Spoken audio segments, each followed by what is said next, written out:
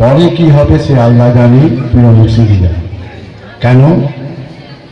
আল্লাহ বলছেন আমি সবার দিল দিয়েছি একটা। কি হবে? দিল সবার আছে। এই ইনসানের দিলটাকে, যত পশু জগৎ তাদেরও দিল আছে, কিন্তু আল্লাহ পাক খাস করে ইনসানের দিলকে আর সে আলা তৈরি করে দিয়েছে, যেখানে পূর্ণাঙ্গ আল্লাহর ছবি দর্শন হয়। সেই দর্শনটা যে যার মুর্শিদ। আমি এই বলে দু চারটে কথা বলবো, কারণ শীতের রাত, বিরক্ত হবে জানি না। প্রেমিক কোনদিন বিরক্ত হতে পারে না। আল্লাহ রসুলের কাছে এক আসাহাব জিজ্ঞাসা করছে, ইয়া হাবিব আল্লাহ, ইয়া রসুল আল্লাহ, আপনি তো আল্লাহকে দেখেছেন, তো আমাদের কি কোনোদিন দর্শন হবে না?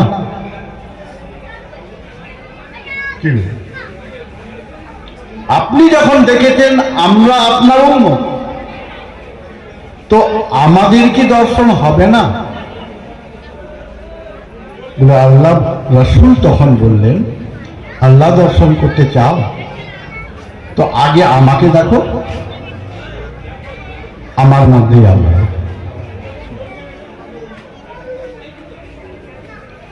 আল্লাহকে নিরাকার বলে দূরে দেখেছি,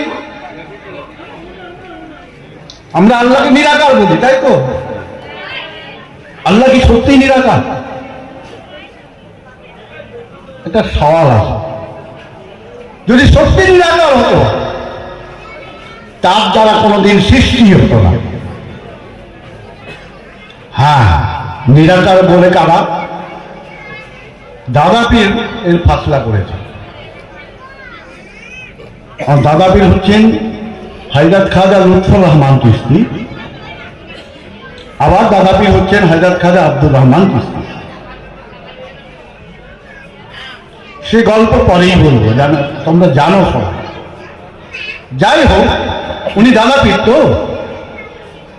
বলে উনি বলছেন, ফসলা করছেন, आसवाले के पास अल्लाह तो जाहिर है मगर सबों के दीद में ना आता। अल्लाह जाहिर है, अल्लाह प्रकाशে আছে। যদি চোখ না থাকে, চোখ যদি না থাকে, তাহলে আমি আল্লাহ দর্শন করব কি করে? সেই চোখ তৈরির করা কারিগর যে যার পীর মুর্শিদ। সেই দিলে আল্লাহ তাকে, যে দিল আল্লাহর পূর্ণাঙ্গ বাস, সেই বাস করার দিলের মধ্যে এক আয়না তৈরি করতে হয়। সে আয়নাটা সেই দিল যিনি আজকে এখানে হাজির নাজির আছেন। একটু চোখ বন্ধ করো, যারাই মুরিদ হয়েছো, তার প্রমাণ। কোথাও আকাশে যেতে হবে না, আর পাতালেও যেতে হবে না, এখানেই বসো, এখানে চোখ বন্ধ করো, তাকে ইয়াদ করো, তার ছবির নকশা তোমার সামনে হাজির আছে।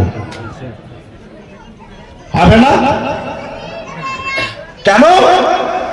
সূরা ফাতিহার মধ্যে 10 নম্বর আয়াতে প্রথমেই কোরআন শরীফে বলে দিয়ে চলে গেছে, ইন্নাল্লাযীনা ইউবাউনাকা ইন্নামা ইউবাউনাল্লাহ ইয়াদুল্লাহি ফাওকা আইদিহিম। কি গো, হাতে হাত দিয়ে বাদ হয় না পাল্লা ফেলে দিলাম বাদ হয়ে গেল? কোরআনে আছে। সেই কারিগর তিনি আমাদের কাছে আমার খোদা। আশিকের কাছে তার মাসুকি হচ্ছে খোদা। খোদা মানে কি? ফার্সি শব্দ, প্রভু, মালিক। তো উনি আমার মালিক নন? আমি যেদিন তার হাতে হাত দিলাম আমি বিক্রি হলাম না? তাহলে কার কথা মানবো? তাকে যদি ইয়াদ করি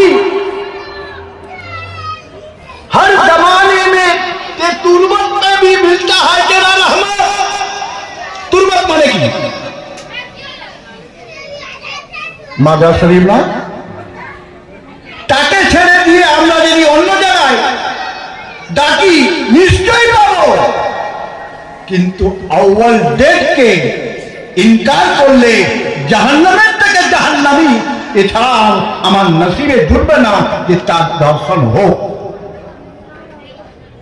এটা কি ভুলে গেছি? একজন খলিফা এই ব্রেনটাও থাকে না। নিশ্চয়ই একজন আছে তার মাসুকের যে কোনো দিন করতে পারে, একটা দিন বাদে একদিন তাকে বাদ দিতেই হবে। যেদিন তার আউয়াল ডেট, তোমার সঙ্গে দ্বন্দ্ব থাকতে পারে, পীরের সঙ্গে তো কোনো দ্বন্দ্ব নেই, আর পীরের মাজারে আসার কারো নিষেধ নেই, কেউ নিষেধ করতে পারবে না। সে যদি তার মুরিদ হয় আল্লাহর তরফ থেকে গজব পড়ে যাবে, পড়বে না? এগুলো কি তাদের ব্রেনে থাকে না, মনে থাকে না? আমরা চিস্তিয়া, কোন দেশে? সেই জাহাজ, সেই সুদূর আরব থেকে এসেছিলেন হযরত খাজা। কার আদেশে? না আল্লাহ রাসূলের আদেশে। মঈনুদ্দিন চিশতি এইখানে এই সব জিনিসকে আমাদের মতো মূর্খ, অজ্ঞানী, পাপী, তাপীদেরকে দান করেছেন। আমরা যদি না ওনার নকশে কদমে চলতে পারি, আমরা কানে শুনে বিশ্বাস করি, কিন্তু চোখে দেখে বিশ্বাস করার ক্ষমতা হয় না, আইনুল ইয়াকিন হয় না। ইলমুল ইয়াকিন হবে কি করে?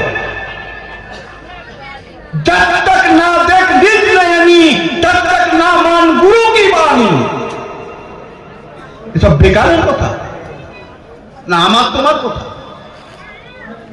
আর এই পীর মুরিদি, এই আশেক মাসুকের রহস্য একমাত্র পীর জানেন। এমনকি তোমার কাছে যে ফেরেশতা দুটো আছে কাঁধে বসে, তারাও জানতে পায় না, টের পায় না। আশেক ও মাসুক রমজিশ কেরামিন কাতিবিন হামরা খবর নিস, ফার্সি শব্দ, ভুলে গেছি। তাহলে খোঁজ করবো কি করে?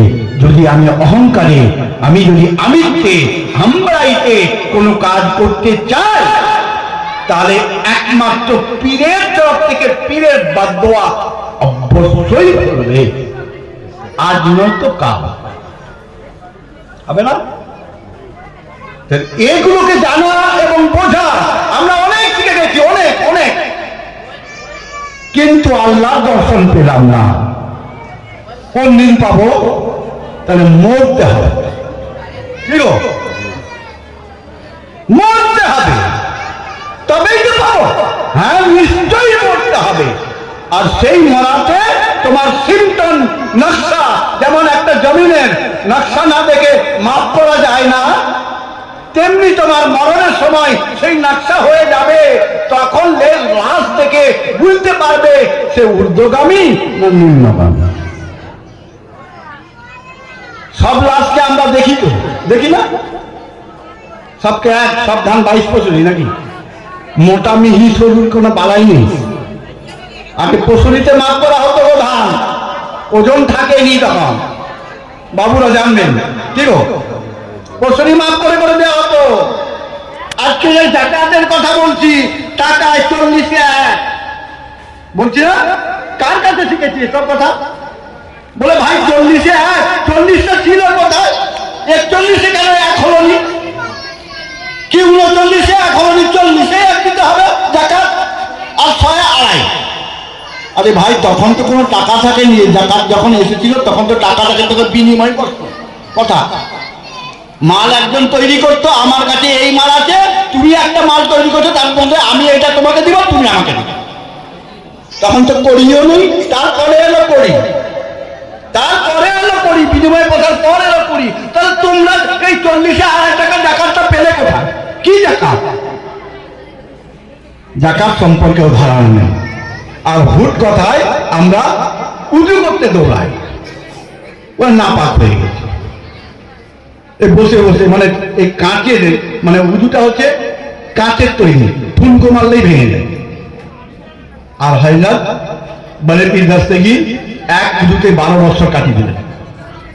তারা খায়নি, কি গো, তারা খাওয়া দাওয়া করেনি, বাইরে যায়নি, পেশাব পায়খানা তাদের হয়নি। উজু একটু ভালো, উজু করতে হবে কেন? নাপাক থেকে পাকে হওয়া। এখন বাইরে হাত মুখ ধুয়ে যে উজুর পদ্ধতিটা আছে ওটা করে নিলেই কি উজু হয়ে গেল? হয়ে যাবে? এখন একটু বাচ্চার বলো ছুটে চলে গেলাম উজু করতে, যেখান থেকে বাতাসটা বেরোলো সেখানে ধুইনি, হাত মুখ ধুয়ে উজু করে নিয়ে চলে এলাম, আমার উজু হয়ে গেল। হয়ে গেল? উজু কেন করতে হয়? কি গো, ধৌত করানো। উজুকে ভালো বাংলায় বলা হয় ও ধৌত করানো।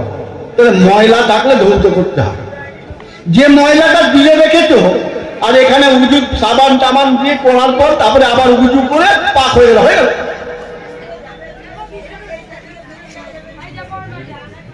কি গো, আমি বক্তব্য দিচ্ছি না, এই সওয়ালগুলোর জবাবটা আপনাদের ভালো করে জানার দরকার। এই উজু যখন তুমি খারিজ হলে, খারিজ, তখন উজুর প্রয়োজন।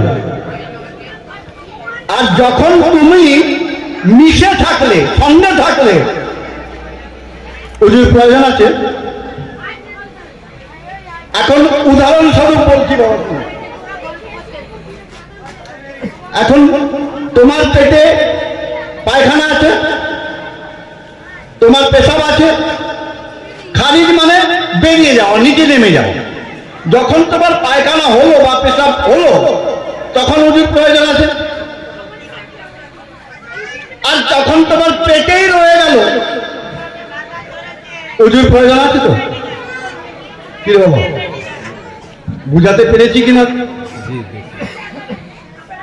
তার মানে যখন তুমি খারিজ তখন তোমার নাপাক, আর যখন তুমি দাখিল আল্লাহর সঙ্গে মিশেই রয়েছো তখন তার কি উজু আর কি তোমার পাক আর কি না পাক, সে তো পাকই পাক নাকি ভাই? একে বোঝো, একে বোঝো। কার কাছে বুঝবো? পীরের কাছে, অন্যের কাছে নয়।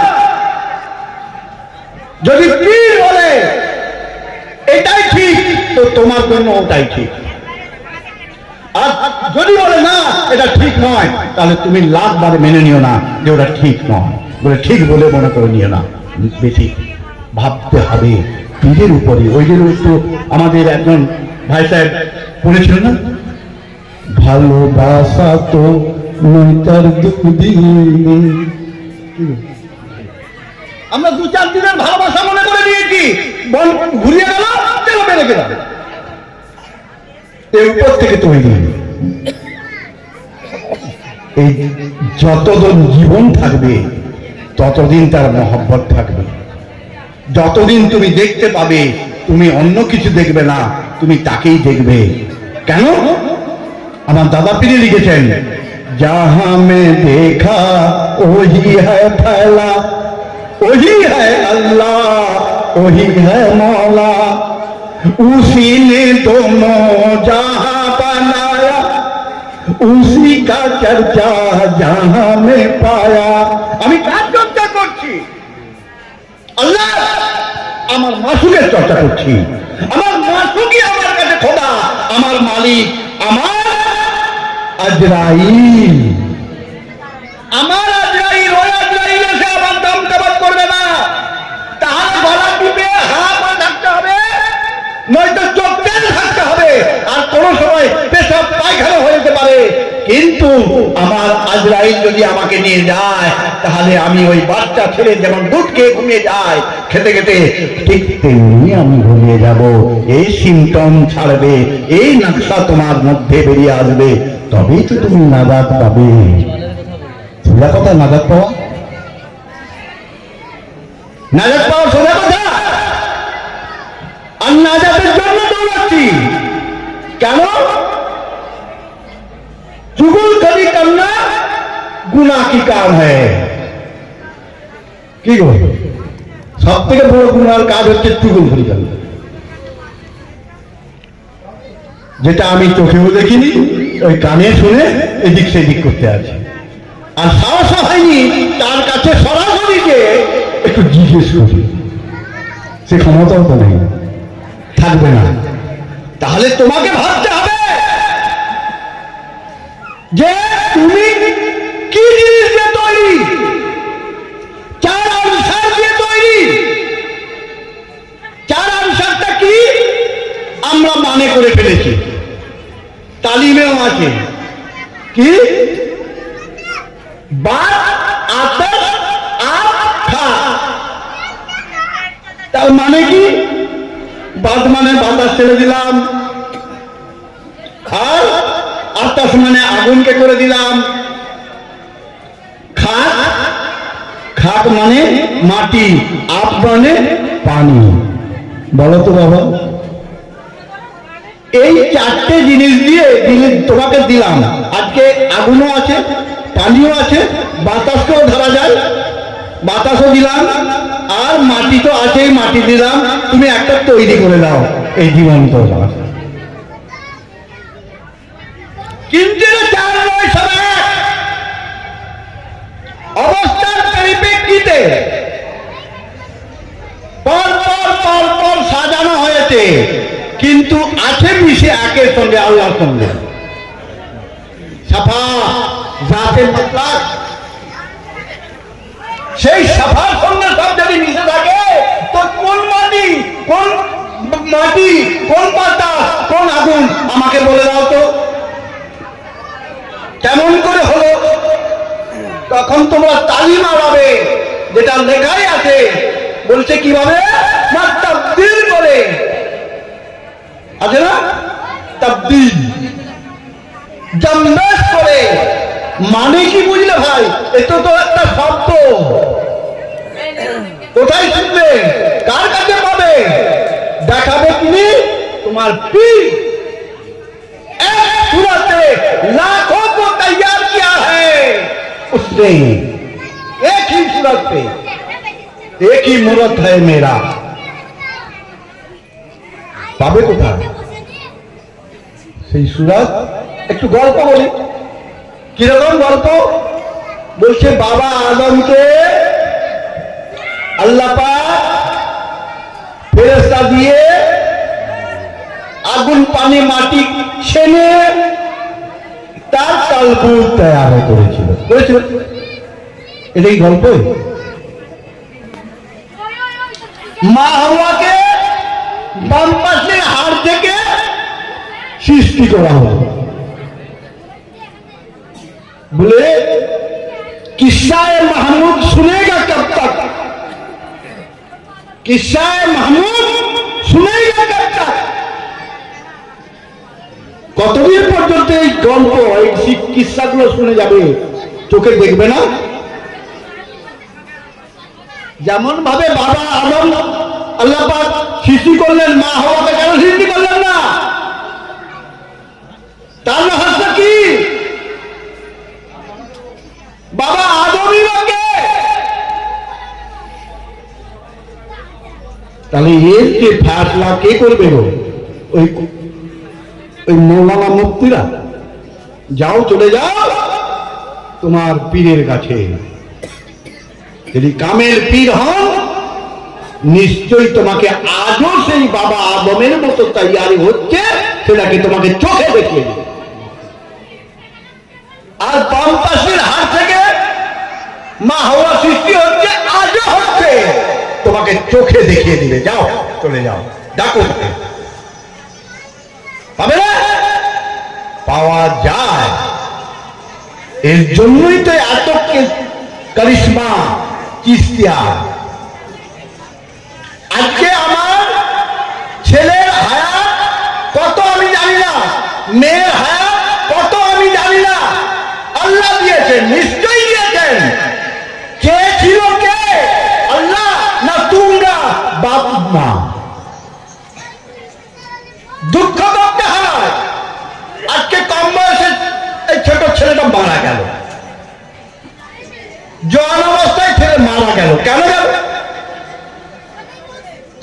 রাজনীতি ভেবে নিতে হবে, যেহেতু আমি জানি না।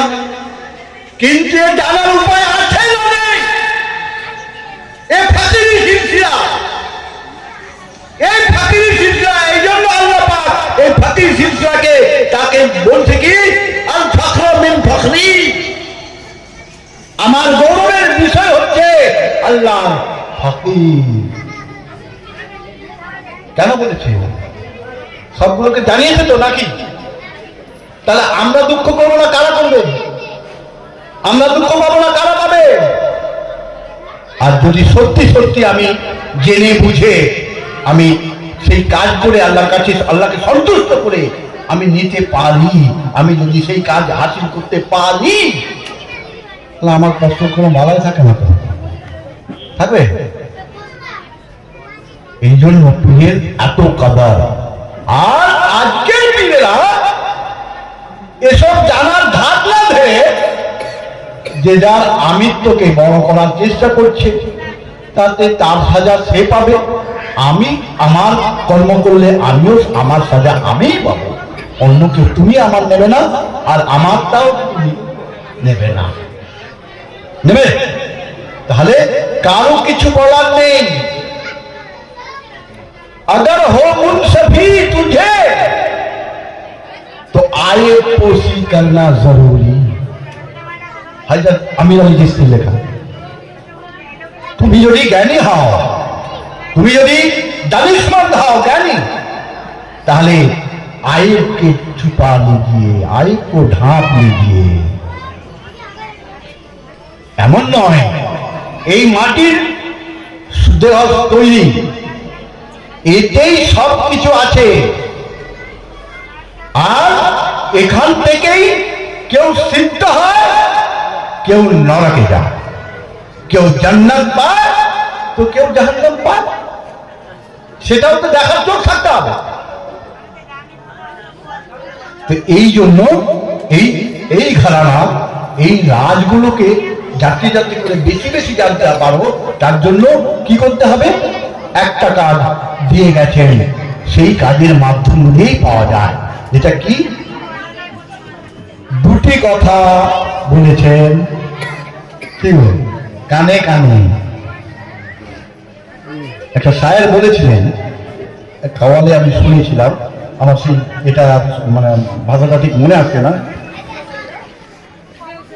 আমি বন্দি পীরের দ্বারে ভাই, আমি বন্দি পীরের দ্বারে। কি বলেছিল? কারণ খাওয়া মনে পড়ছে, সেখানে বলছে দুটি কথা দেয়, তার বেশি আর কিছু নাই। সেই দুটি কথার মধ্যে উরুজ আর নাজুল রয়েছে, টানা আর ছাড়া রয়েছে। সেই টানা ছাড়ার মধ্যে কি ইল্লাল্লাহ, লা ইলাহা ইল্লাল্লাহ, এটা তো কালেমা। এটাকে ঘুরিয়ে কেমন ভাবে প্যান্ট দেখালেন, কেমন খেল, সেই পীর দেখাবেন, পীর দেখাবেন। আর এমনি যদি শুনে তুমি টানা ছাড়া করতে থাকো না, কিছু হবে না। কেন বলা হচ্ছে? বলে বাবা আমার এই তাসবিহকে সামনে রেখে তুমি করবে, তারা তো সেই তাসবিহ পাবে না, আর এই খেল হবেও না। কি গো, তারা যদি তাসবিহ না পায়, তাহলে সেই ছবি যদি না পায়, তাহলে কি করে খেলতে পাবে? খেলা হবে? ওই কিরকম খেলা হবে জানো? ওই চার কোর্টে বসে খেলছে তারা মালের আছে, আর মাঝখান থেকে এক বোমা এসে খেলায় গোল বাঁধায়। খেলছো মালের আশা করে, কিন্তু সেই খেলায় গোল বাঁধিয়ে আর একজন বোমা এসে খেলার মজা সেরে নেয়। বোমা থাকতে হবে, তবে তো মজা পাবে। জেনেও জানি না, শুনেও শুনি না, দেখেও দেখি না, তুমি যদি হতে পারো তাহলে তোমার মতো আর সুখী, তোমার মতো মজাদার আর কেউ হবে না। আল্লাহ বলিনা ওনারা এইটাই। যদি জিজ্ঞেস করো বাবা আমার হুজুরকে, আমার হযরত খাজা গোলাম মোহাম্মদ চিশতি, ওনাকে একটা সওয়াল করে দিয়েছিলেন যে এক ঘরে আমারই এক পীর ভাই আছে এখানে, জনাব শেখ নাজির হোসেন, ওনার দুলা ভাই, মানে অনেক বয়সে তখন বড়, আমরা তখন ছোট ছোট। মস্তানজি এসেছেন, বলছে তুমি কে গো? মসজিদ হচ্ছে, বসছে, ওনার শ্বশুর ঘর নতুন জোরে এসছে, এখন এসে বসছে, লাভ হলে কি হয়, বসি। জামাই এসে বসেছে, তাকে আবার পীর সাহেবই জিজ্ঞেস করে, তুমি কে? বলে আমি এই ঘরের জামাই। বলে তুমি এই ঘরের জামাই? তোমার ঘরে মা আছে, তোমার ঘরে বোন আছে, তুমি এত দূর বিয়ে করতে এলে? লাভ কি গো? সে বলছে যদি পীর সাহেব না হতো, আর যেখানের লোক সেখানে ডান্ডা দিয়ে, তাদের হাতে কথায় কথায় ডান্ডা থাকে, নাম তার শিমুল হান্ডা, হাতে যার ডান্ডা, সেই রকম জায়গার লোক। সে করলো কি, রাগে পালিয়েই গেল, কাউকে শ্বশুর ঘরে না কাউকে বলে ঘর হেঁটে ঘর পালিয়ে গেল। ফুট করে বলে কোথায় গেল জামাই, নতুন জামাই কোথায় গেছে, কোথায় গেছে? সে তো ঘর চলে গেল। বলে কিসের জন্য তুমি পালিয়ে? বলে তোমাদের এইসব পেশা এই কথা বলে। তখন ওই লোক আবার আমার পীরের কাছে, হযরত গোলাম মোহাম্মদ চিশতির কাছে মুরিদ হয়েছেন। যখন ওনাদের, উনি একটু রাজমিস্ত্রি কাজ করতেন, তো ওই ওনার ঘরে কাজ হচ্ছে।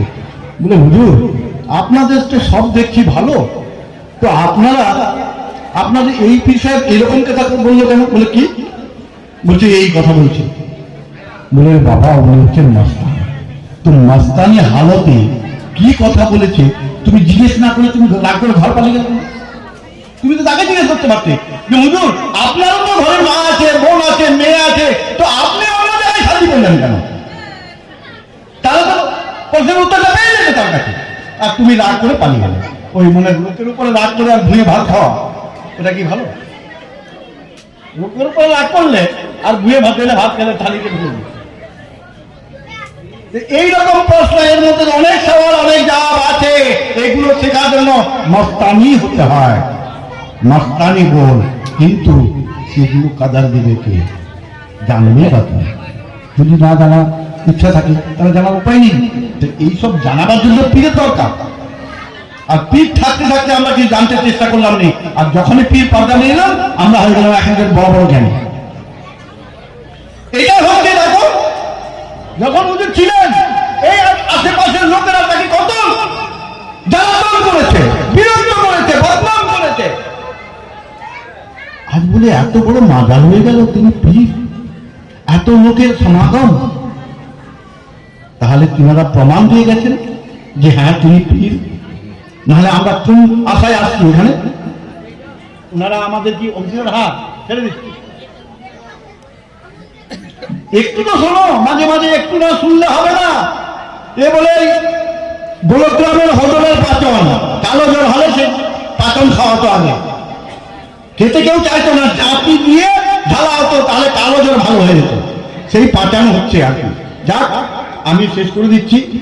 এগুলোর মধ্যে কিছু শোনা, জানা, বোঝার ব্যাপার রয়েছে, যেটা পীরের কাছে নিশ্চয়ই জানবে।